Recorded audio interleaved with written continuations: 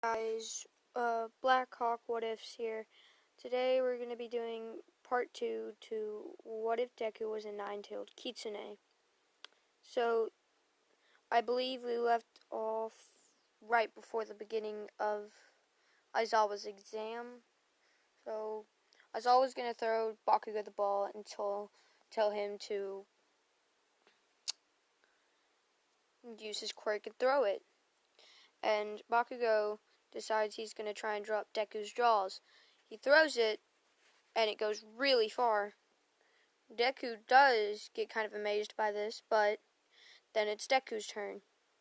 And when Deku goes to do it, he throws it farther than Bakugo. Bakugo's jaws drop, and he's just like, "How did you do that, Deku?" And Deku's just like, "I just did." And we go through. Deku's got the highest scores, right next to Bakugo. Bakugo got the second highest scores, and I think third would be Todoroki, just because why not? And then Mineta gets expelled because, yeah, I want Mineta out of here because he's kind of useless, but, like, some of you don't agree with me, I'll change it if you guys want me to, but, oh well. And then we're going to time skip to the USJ. They're gonna go to the USJ. Bakugo and Deku are talking when they hear Kirishima yell, "Whoa, they even have fake villains here." That's when Bakugo and Deku would look over, and Deku would just start sniffing, and he would realize those aren't fake villains, those are real villains with killing intent. And so he would tell Mr. Aizawa, and Mr. Aizawa would rush straight into battle and tell them not to do anything. And Iida's gonna stay class president in this one because he's fast and, like, just because he seems kind of the nerdiest character in all of My Hero Academia, and because I want him to be. Yeah. And they're gonna do the UA entrance exam. Wait, what? I'm lost, freak. We're at the USJ. That's where we're at. And so he's gonna change, like, this is actually gonna, instead of the Gigai being his hero costume, this is gonna be his hero costume with the chain and the collar, because I feel like that would just fit a Kitsune Deku more. And it's just, I don't know. It seemed like a good idea at the time. It still is a good idea. But they're all gonna get teleported to their different areas, and Deku's gonna realize he's in water, so he starts doggy paddling, because, I guess he's like a dog, so, yeah. So he's gonna start doggy paddling. That's when, Froppy would come and pull him out of the water. Yeah. Actually, let's not expel Mineta, because Mineta's actually kind of useful in some parts of the story. So, yeah. They're going to do the whole same plan, except Deku's going to use a fireball because he doesn't have one for all. And I think I gave it to Sun Eater. Yeah, I gave it to Sun Eater. They're going to do that. Deku's not going to help All Might fight. Instead, Sun Eater's going to come out of nowhere and just help All Might fight, because that seems like the most logical explanation here. I don't know why. It just did to me. And they're going to finish up there. Then they're going to go back to the school.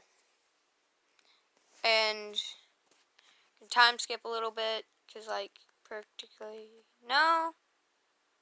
It's time for the UA Sports Festival. Wait, do they live on campus during the sports festival?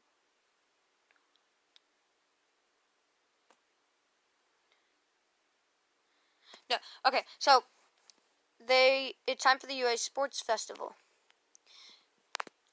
Deku will be fighting. Let's put him up against Shinso in the first round. He comes in first place in both other exams. Both other courses? Would we call them? Yeah, let's call them courses. And now it's time for the battle portion. The first fight is Deku versus Shinso.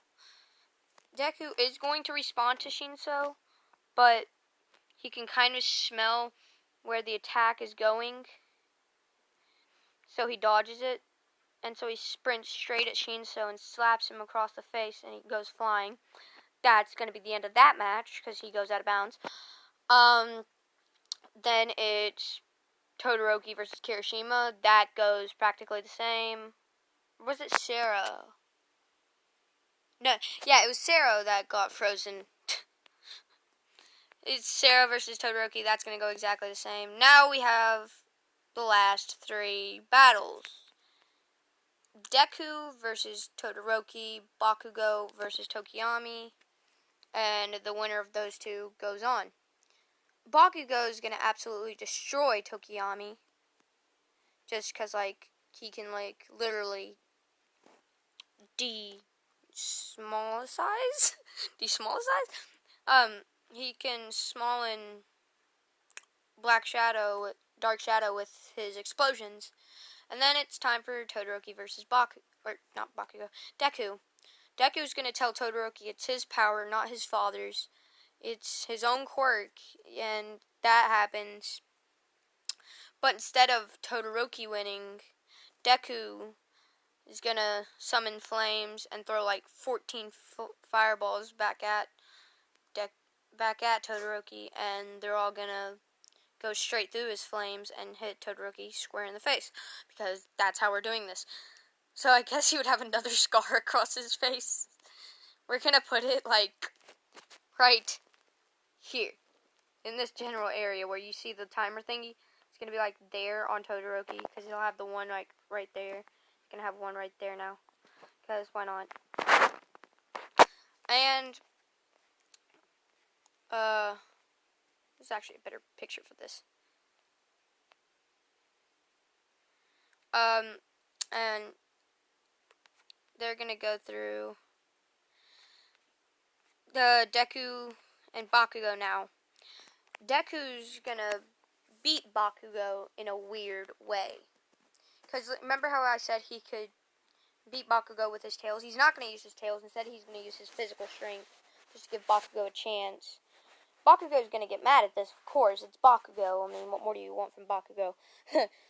And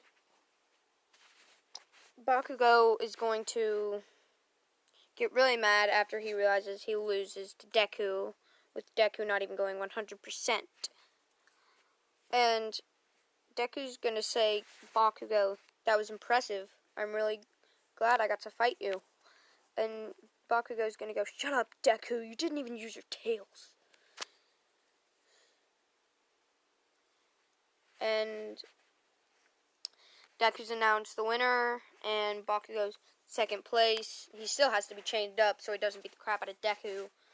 And Todoroki's announced third place.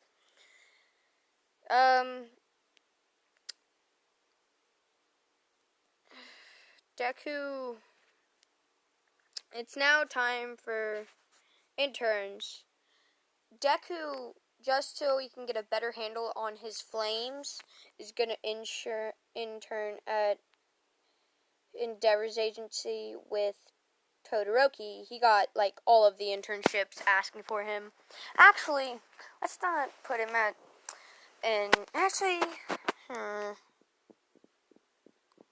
Yep, let's put him with Endeavor's agency. It's now time for the attack on Hosu City.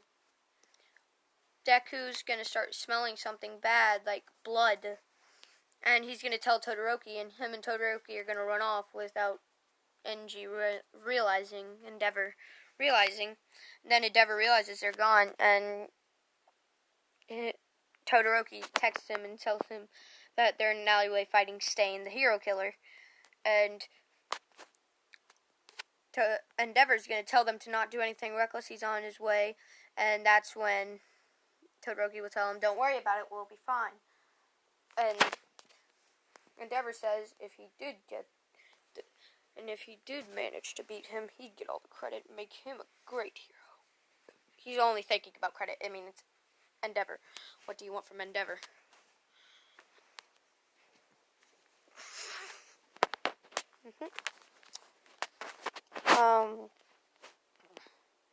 And when, hold on, give me a moment. They're gonna fight him. It's gonna be a tough challenge, but they're still gonna manage it. Deku's gonna start throwing fireballs while Todoroki starts shooting icicles at him, and Ida's gonna tell them to stop. It's not their fight, but they don't listen to him because they know it is their fight.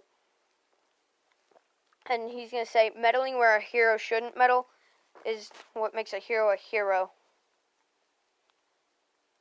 And that's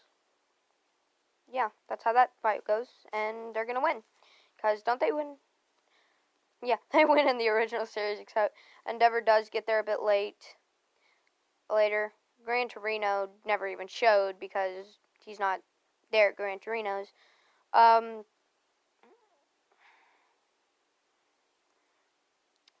Deku is not going to take any credit for this. He's going to say it was all Ida. So will Todoroki. And this will make Endeavor mad because it's Todoroki doing it. Anything Todoroki does that doesn't give him higher stats makes Endeavor mad. I mean, practically. And, this is where I'm going to leave this off. Comment down below what you want to see me do. Like any what if ideas. Anything like that. And thank you all for watching. And this is where it ends. Alright, bye. That's all I got.